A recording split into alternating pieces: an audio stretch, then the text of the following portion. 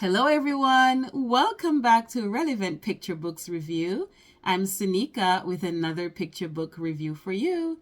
Today we will be reviewing The Name Jar. The Name Jar was written by Yang Suk Choi. Now, Yang Suk Choi is an author who has written many picture books, including The Sun Girl and the Moon Boy. Young Suk immigrated to America in 1991 with her family, and a lot of her stories do revolve around the Korean culture. A lot of them are reflections of her own stories and her own journey as well. Beautifully written books and beautifully drawn photos as well. This one, The Name Jar, is one of my favorites. It's about a middle schooler, a little girl, immigrating to America. Her name is Unhei, and Unhei is new to the country. She's shy, she's nervous.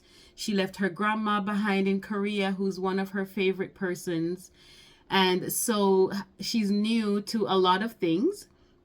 She moves to a great neighborhood with a lot of friendly people and one familiar shop owner, Mr. Kim, who cooks a lot of the traditional Korean kimchi and stuff like that for her that her family enjoys, that reminds them of home. And so she's really enjoying her time in her new country, even though she's a little sad and a little nervous. She left her grandma behind. And so her first day at school, she's trying to pronounce her name for her new classmates who are having a hard time saying Unhei. And so, they decided the next day she goes to school to fill a jar with all kinds of American or English names for Unhei to choose from. And Unhei decided that she also wanted an American name because she feared that no one would be able to pronounce Unhei because it was spelled differently as well. And so, her mom was a little shocked and not so happy because her mom was like, oh, we picked this name for you specially by going to a name master, and it was a traditional thing, and it's a Korean name, and it has a beautiful meaning. It means grace. Even Mr. Kim, the friendly neighborhood shop owner, knew that her name meant grace and told her it was suitable for her because she was so graceful. But Unhei was torn between, making new friends and fitting in, and also upholding her culture and keeping her name. So she goes to school, and her classmates filled this jar with all kinds of English names for Unhei to pick a new name, and so Unhei liked a few of them. She tried out Amanda, she liked Laura, she liked Susie, and then she went to school the following day, and the jar was even filled with more names now. Students were throwing names at her like Wednesday because she came to school on a Wednesday. Daisy, Tamila, all kinds of English American names for her to pick from. Unhei found it funny. She thought it was amusing. She did like a few of them. But eventually she got a letter from her grandma from Korea, who in the letter her grandma said to her, you'll always be my Unhei. And her grandma had given her a pouch with a little stamp in it. And this stamp, when she stamps it on paper, it was red, and it would have the characters to her name on there. So it reminded her just how special her name was and is, to her grandmother and her mother and her family, and even to her. It was unique. It wasn't written with letters. It was drawn with characters, and it meant grace. And so Unhei went back to school and told her friends that, she's decided to keep her name. She introduced herself as Unhei. She spelt it for them the English way so they could pronounce it and enunciate it better. And the children loved it. A lot of the students were happy that she decided to keep her name because they realized that they also didn't get to choose their own names when they were born. So it wasn't really fair that Unhei was being forced or pressured to choose a name, right, just to suit them. So I'm happy that Unhei decided to go with her name. I'll just show you a bit of the inside of the book. So this is Unhei, one of her first days on the bus going to school, and the children really questioning her about her name and how to say it, and why does it sound so different.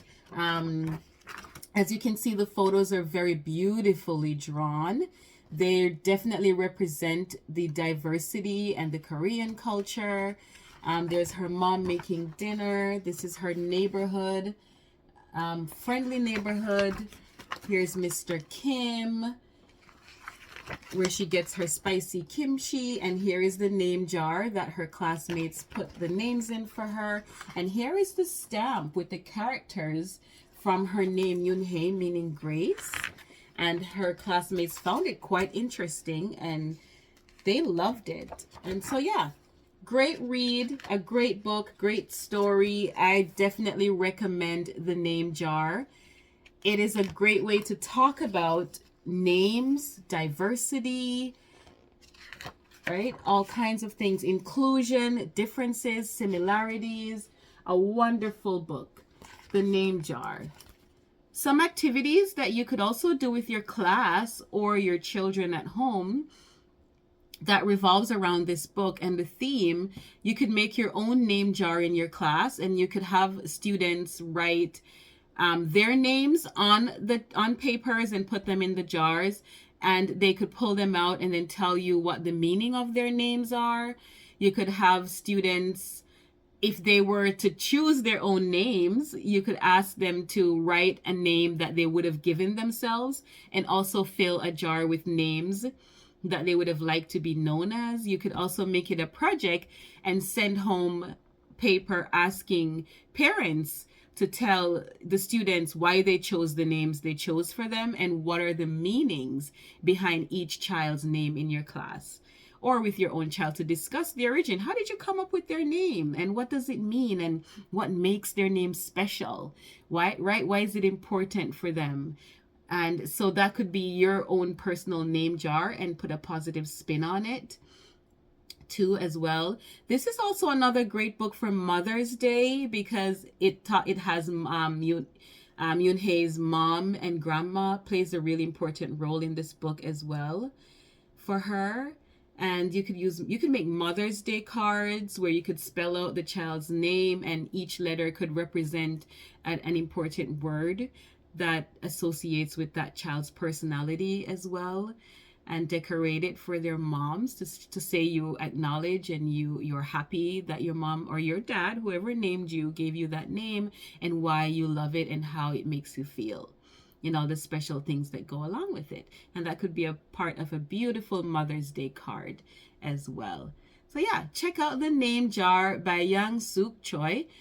And yeah, leave a comment below. Tell me how you feel. Tell me what you like about it. Tell me some of the activities you can do for yourself as well. Lots of name songs out there. You can add any name song after you've read this book and do some of the name related activities as well. Thank you for tuning in. Please like, share, and subscribe to my channel, and leave a comment below. Thank you. See you next time. Keep reading.